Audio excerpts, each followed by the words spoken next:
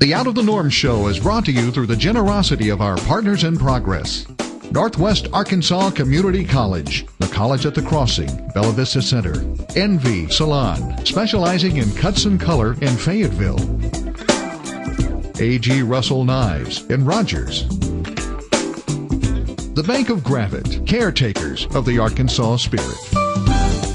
The Tuscan Trotter American Brasserie, just off the square in downtown Bentonville. Discount Smokes and Liquors at the state line in Jane, Missouri. Smith Family Chiropractic Clinic in Bentonville. Hoffman Realty in Bella Vista.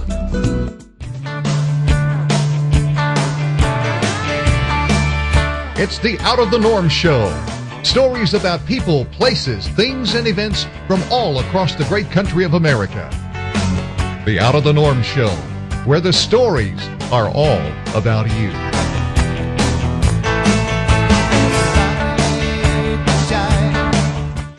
You know, American history, according to the History Channel, Amy, it says history being made. And that's kind of what's going on here in the little village of Osage, isn't it? Yes, and history being preserved both. It's an attempt to incorporate something that is historical in with an activity that will mesh in with modern life, like a contemporary art and craft. This is Amy McGehee, by the way. We're in Osage, Arkansas at the old Stamps store. Now, I saw the sign off the freeway, or off the highway, 1,000 yards or so away, and then drove down here one afternoon and saw this beautiful old rock building, and I wondered about it. It's got quite a history and quite a story, isn't it? Yes, the building was completed in 1901. Construction began in 1898. It took them 3 years to stack the rock. It was a massive undertaking to haul this much rock. The walls are 2 feet thick at the height of our shoulders here. When it was opened in 1901, it was in continuous operation until 1989, when Mr. Frank Stamps passed away. It was in the Stamps family for 2 generations and run as a general store. They sold everything. They sold harness, they sold fabric, they sold shoes, they sold groceries. If it could be sold, they sold it. But there's only 2 or 3 houses right here, and this is the only building of commerce right here in this little town. But that's not the way it's always been, is it? No. Osage was a large community at one point. It was one of the 3 largest in the county. There were 2 stores, one slightly smaller than this, that were in operation at the same time. There was a blacksmith shop, a good blacksmith shop, when your blacksmith was your Ford dealership, your John Deere dealership, when they repaired and built the farm equipment. Right. There was a canning factory that canned tomatoes when that was a cash truck crop. There were 3 kinds of sawmills that sawed things like staves and cross ties, and there was a turning mill that made pillars and posts and things. Wow, pretty industrious part of the country then, wasn't it? It was. What changed it? The road moved. In front of the store, the road that passes in front of the store now, which is nothing but a dirt driveway, was originally the main road from Harrison to Fayetteville. One of the legs of the Trail of Tears went through here. It was the northern route. And they passed through here. This was the main road. Well, of course, when they put in what was 68 and is now Highway 412, they built a bridge and they bypassed Osage. Also, the railroad came to Alpena in 1900, and originally there was virtually nothing at Alpena. But they put a railroad drop there for Carrollton and Osage, and a town grew there, which pulled commerce away from Osage. Wow. And now it's just a little village here, but there's something very significant here. It's not just an old used store. There's something special about this building too now, isn't it? Well, we think so. My husband and I make pottery here, and we specialize in functional handmade pottery that's useful in the kitchen. Everything we do is lead-free. It'll go in the dishwasher, the microwave. We feel like we're making the heirlooms today that your grandchildren are going to fight over. But what was life like in the old store back when it was a store? It was the center of community life for years. The post office was here, and people came to get their mail. They'd get a pop. They'd sit and visit a little. They would gossip about each other or who wasn't here. I mean, it was a place where information passed. And a place to get a bologna sandwich. Definitely. I grew up in this community, and I can remember coming here as a child and getting the bologna sandwich, and Mr. Frank Stamps would slice off a thick slice, not a little thin, wimpy slice, a thick slice of bologna, and put that mayonnaise and white bread together, and you'd get that in a grapette soda, and you'd think you were in hog heaven. A cold grapette and a bologna sandwich. Oh, it didn't get any better than that. My mouth is watering even now. Well, some of the items that you have in the pottery shop now were from the original store too, though, weren't they? Yes, we have several antiques. The fixtures stayed with the store. When we bought the store, the family left the fixtures. Their feeling was that the fixtures, the furniture, was an integral part of the store, and that they wanted it to stay. So we agreed, our agreement was we wouldn't sell the antiques, that they would be considered part of the building. They'd been with the building for 90 years when we bought it, and it just didn't seem right to sell them off. And so that's been our agreement. So they are still here. We have a lot of beautiful glass display cases, old typewriters, stamps and things that were in the post office. And I noticed the names are still on the slots for the post office. Yes, the original names are on the slots, and we've left those. People loved to come in here and find Grandpa or great-grandpa's name. What was your motivation for, instead of keeping a store open, but turning it into a pottery studio? We make pottery. Newton and I make pottery. We've been making pottery for 30-plus years. And we were living in this community and making pottery when this was a working store. We aren't storekeepers. We're potters. So it was natural for us to want to do the kind of commerce we're used to doing, rather than switch over and try and learn the grocery business. Also, honestly, the day that there was a viable need for a grocery store in Osage was past. Yeah. Yeah, just kind of outgrew the need for it. Or the times changed. Things change. Transportation changes things. People historically don't like to go more than an hour to buy groceries. At one point, there was a grocery store about every 5 miles because that's an hour's travel. Now, I drive 40 minutes to Harrison or Bearville because that's a reasonable distance for me to go for groceries. Now, the pottery business, though, in coming through here off 412, of course, that's a main highway going east and west through Arkansas. But what kind of people do you have dropping by here? I mean, do you get a pretty good walk-in crowd that comes through? Yes, we do, surprisingly. One of the first accesses to the Buffalo River is down here at Ponca. After they paved Highway 103 south to Ponca, we began to see a lot of traffic through to the Buffalo River. There's also what they call the Osage Run that a lot of bikers and sports car people make, and they come like out of Eureka and down. They go down on the Buffalo through to Jasper and come back up, and it's considered a very scenic drive. So we have a lot of people that are just making that drive. Also, you get a pretty good cross-section of people who visit this part of Arkansas altogether, drop by. Yes. Well, pottery has been kind of fascinating to me because I've lived in the pottery section of North Carolina and knew some of those places and seen it work, but I've never tried anything. I thought, well, that's a little over my head when it comes to artistic ability with a piece of clay. It's not. You don't think so? You think so? No, I don't know. I think that Newt Lale would be the perfect person to show. The man that has the patience? He's the man. Now, you don't call it, you put the clay on. There's we terms. call it throwing. Okay. Historically, there were two jobs. There was throwing the clay down and patting it round. That was a job that almost anyone could do, so the apprentices did that. Then there was the master potter, who was the turner, and he was the one that made the pot. Okay. Then he would leave that pot on the wheel, and the apprentice would come, take the pot off, throw another one down, and he would go to another wheel. So that was one way they increased the ability of the very skilled person to make more pots. It wasn't done that way always, but that was one way, and that's why some people call it turning and some people call it throwing. Okay. I guess we feel like we're not really highly skilled yet because we still call it throwing. Throwing. Well, I think we're going to do a little bit of that. Isn't that our plan? Would be a terrific idea. Why not? Hey, I'm ready to get a little muddy and You're going to. White shirt. Uh-oh. Wrong thing, huh? Yeah. Well, it won't really matter because we're going to have a little fun. Hey, don't go away. In fact, we're not going to take a break. We're going to join Newton over here in just a little bit and show you a little bit of the out-of-the-norm pottery skill. You've seen me painting. Looked like the bottom of a bird cage, except I was told my right brain kicked in and I wasn't thinking anymore, so I must be artistic.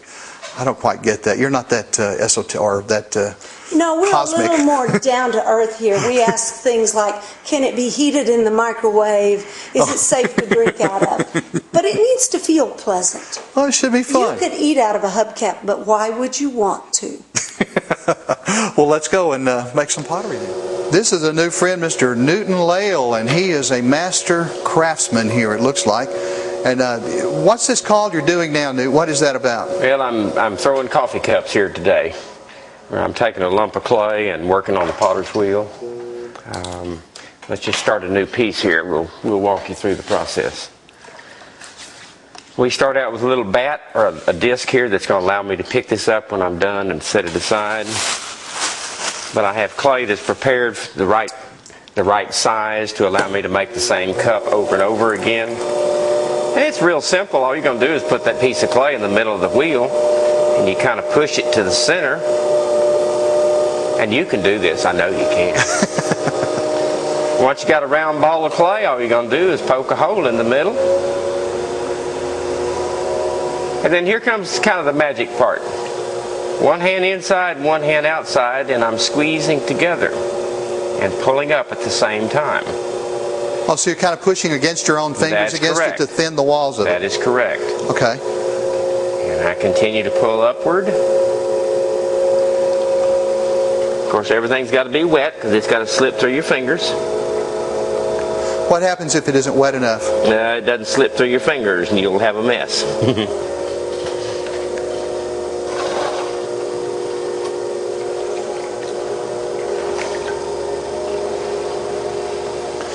So once you finish the cups, now you're making each one of them look exactly alike. So they're very similar, aren't they? Everything's just identical, but nothing's the same. If that makes sense. Now once you've got your design and it's made the way you want it, what's the next step in the process? Well, the first thing that's got to happen is they've got to dry enough before I can put the handles on. These will have handles attached. A cup that will look similar to that one right there. And tomorrow I will get to put the handles on these. Once the handles put on, then I will let them dry completely. And then we go to the firing process. Okay, now what about the paint and colors? Are those the glazing happens after the first firing has happened, but before the last firing.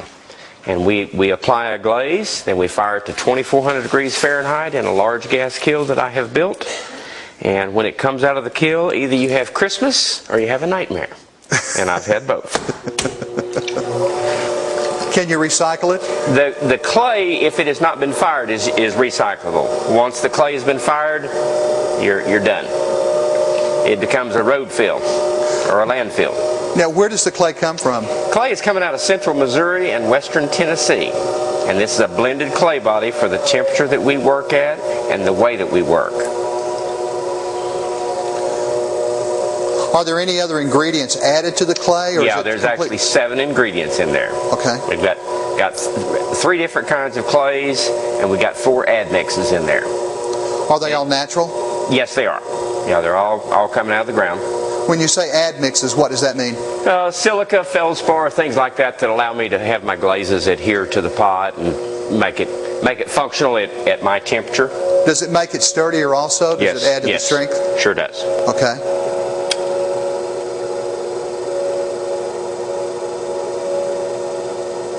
You make it look so easy. It is easy, and you're going to find out just how easy it really is. Because hang on, guys, you got a treat coming. I have had people come in who have made pots before, and they have laughed. They said, "You make it look so easy," and it is if you've done it for 38 years. But there was a time when I could not do this. what brought your interest to pottery? Well, I was getting a degree in architecture at Texas A&M back in the early 70s. They brought a potter in to do a weekend workshop. I went to get out of class. I didn't know anything. And I got to watch a man sitting down on a potter's wheel with a lump of soft clay. And I watched him make things that I was just fascinated with. And it was later that summer that I chased the girlfriend up to Arlington, Texas. And I really stumbled into a school that had a clay program. And it was at that point that my interest really got excited. And there went architecture. Well, I finished the degree, but I never went to work. I have a degree in architecture, but I've never gone to work. I have made pots all my life. Wow. The instructor in Arlington, Texas, he found $50 an acre land in 1972, just down the road here. I came as a student to see what he found. I had to walk in that door right there and ask directions. So I became hooked to the neighborhood at that point in time. Never dreamed that I'd end up making pots for a living. And owning the building. Or even owning the building, that's right. But things happen one step at a time. And today, here we are making handmade pottery in the neatest old building in downtown Osage. Now, do you sell strictly off your shelving, or do you do a lot of mail order or email? We do very little out of... Everything happens right here with the exception of the War Eagle Fair, and we do one show in Little Rock. But our walk-in traffic has managed to take care of everything that we need. You probably have a lot of return customers. We do. We certainly do. From all over Arkansas. All over the United States, really. Wow.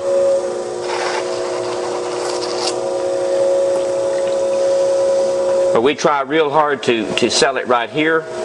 We're trying not to do an internet sales, although I will ship you something if you've seen it. But I'm not trying to sell something off a picture off the internet. I really like you to put that cup in your hand, and either it works or it doesn't.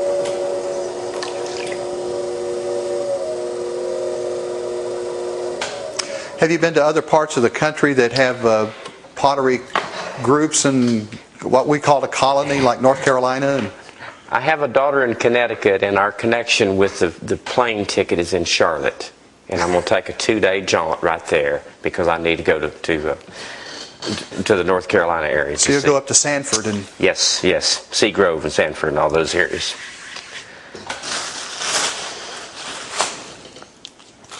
Well, they have a huge pottery festival there every year.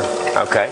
When is it? In Sanford. I'd have to look on the internet and probably get it, but they have a really big pottery festival there. I need to check it out.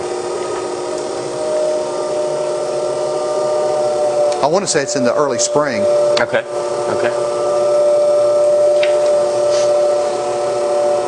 But there will be 500 potters there. It's that big. I love those kind of events. I was interested, I went to it several times, and I was interested in some of the artistic potters who were building statues and glazing they were making human faces and just some real interesting stuff. There's an awful lot of talent out there. Well, and I think the reason it started in that part of the state was because the clay was native. Right.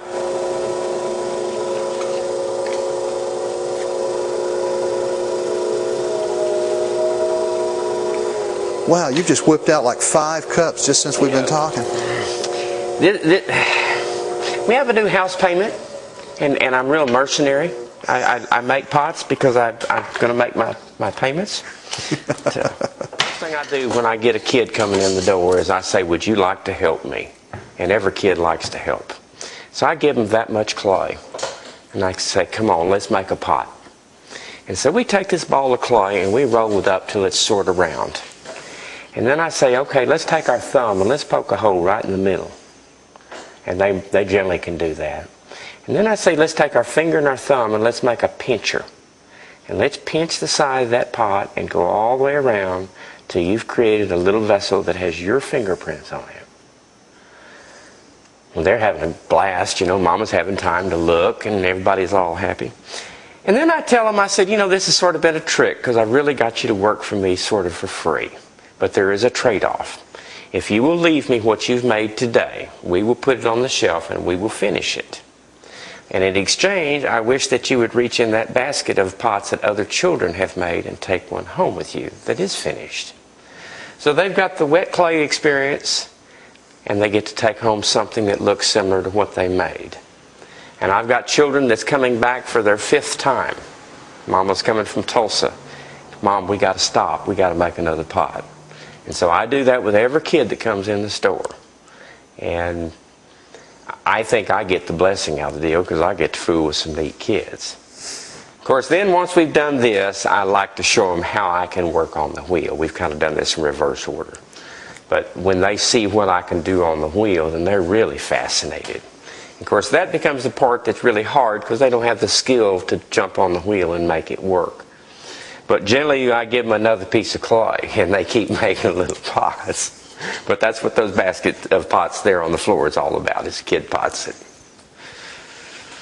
And of course, sometimes they'll roll out noodles and they make snakes, and sometimes they do coil pots, but kids are fun. Well, I see why you never got a job, because you're doing everything you love. That's it. I'm the luckiest guy in town.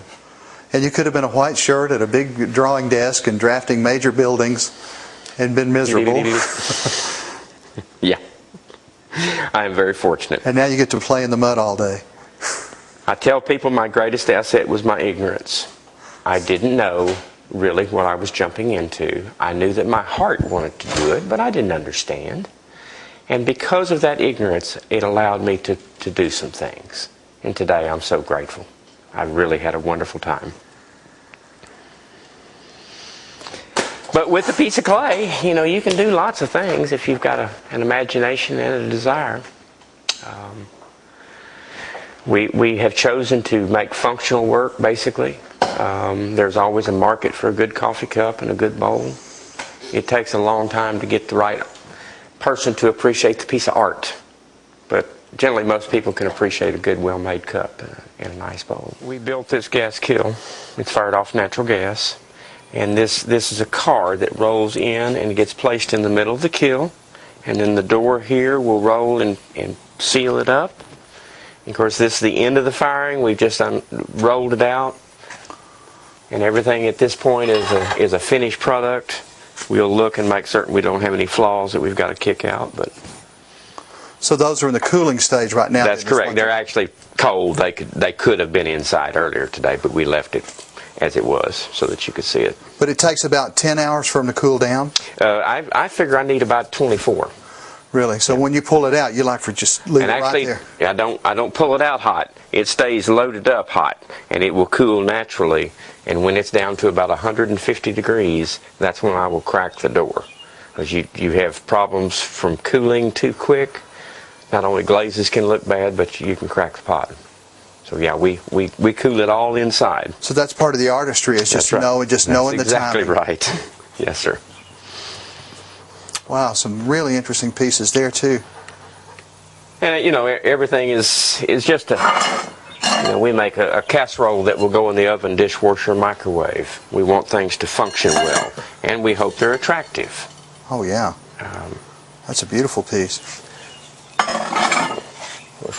We do an awful lot of dinnerware, eating bowls, coffee cups, nice wine goblets. Ooh. I'll have to test drive one of those later on. And then here's some of the kid pots that we were talking about earlier. Right. And we always put them in the little wasted space in the kiln that would have nothing there if I didn't have those kids to come in and do this. Beautiful. Now these pieces are just drying right now? They're actually bisque. They're ready to be a glaze to be put on them, and then they'll be loaded in the kiln and fired again. Now how long does it take to fire them? 16 hours. So once you put a load in there this afternoon or whenever, right, then it'll be late tomorrow afternoon? That's correct. I tell people I need a 2-day turnaround. I've got 16 hours going up in temperature, and I need a day cooling. What can affect you is things like wind and weather. Because it is an outdoor situation here, if I've got a wind, too strong a wind, it changes the firing process. Earlier we were talking about glazing application, and we first fired the pot to a bisque state, roughly 1800 degrees Fahrenheit, and then we take it out of the kiln. And that's where we're going to put a glaze on it. And we mix our glazes all in 20-gallon trash cans, and we dip. And so when a pot gets glazed, it becomes looking like this. It's not real different than what you're seeing here, and it certainly doesn't look as good as what's going to come out in the final firing. And so it's a little bit of kitchen chemistry in its own way. We have a rough idea of how everything's going to work, but you never know until you unload that kiln and you see something's either real beautiful or all full of mistake. Does the firing process change the weight of the item? Not so much the weight, but you do lose 12% in size. It shrinks 12%. Oh, because it's pulled all the moisture out. That's right. And tightened up. That's exactly. Get ready, folks. You're about to see something special here. Oh, you got to put some pressure in this, don't you? Oh yeah. Now push it down. Take your hand, push down. Push the whole thing down. Okay. Okay. Got to put some power in it. Also, I did it too quick, didn't I? I've coned it up and down 2 or 3 times before I'm ever ready to make a pot. I need to get that place centered. Okay, so now we kind of form what we're doing. I have to push it on. Okay. Keep it pushed down. Well, that's okay. Let me have that. Okay. And keep your hands wet. That's what the bucket of water is for. You kind of have to get a feel for it. Oh yes, very much so. It took me about 12 years to get that feel.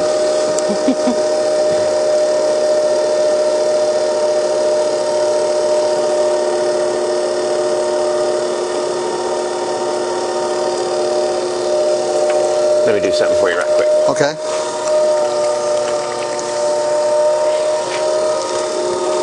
Okay, now you can put your thumb right in the middle. Go straight down. Push straight down. All right. Now, we want to work on the the right-hand side of the wheel. Okay. You want one finger inside, one finger outside, squeezing together. And you're coming up on that side, working on that side of the wheel. Okay, I'm left-handed. Ah. Is this what we're talking about? Yes, sir. Yes, sir. Gonna come off on him. Let's get another piece going.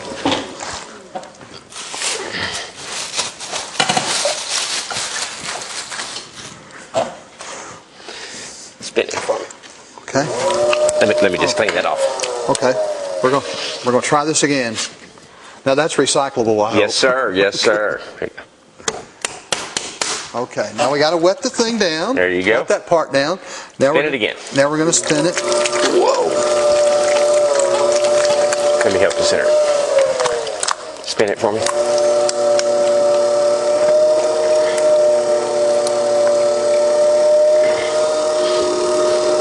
Oh, now we want to do this, right? Mm-hmm. All the way down. Okay, now we're going to slow down just a little bit at this point. Not too much.